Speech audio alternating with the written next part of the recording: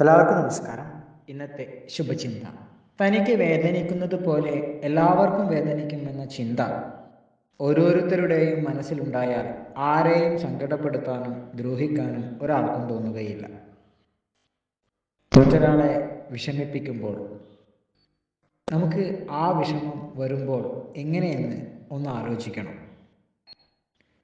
കുറവുകളിൽ നിന്ന് നിറവുകൾ സൃഷ്ടിക്കുന്നിടത്താണ് ജീവിതത്തിൻ്റെ വിജയം.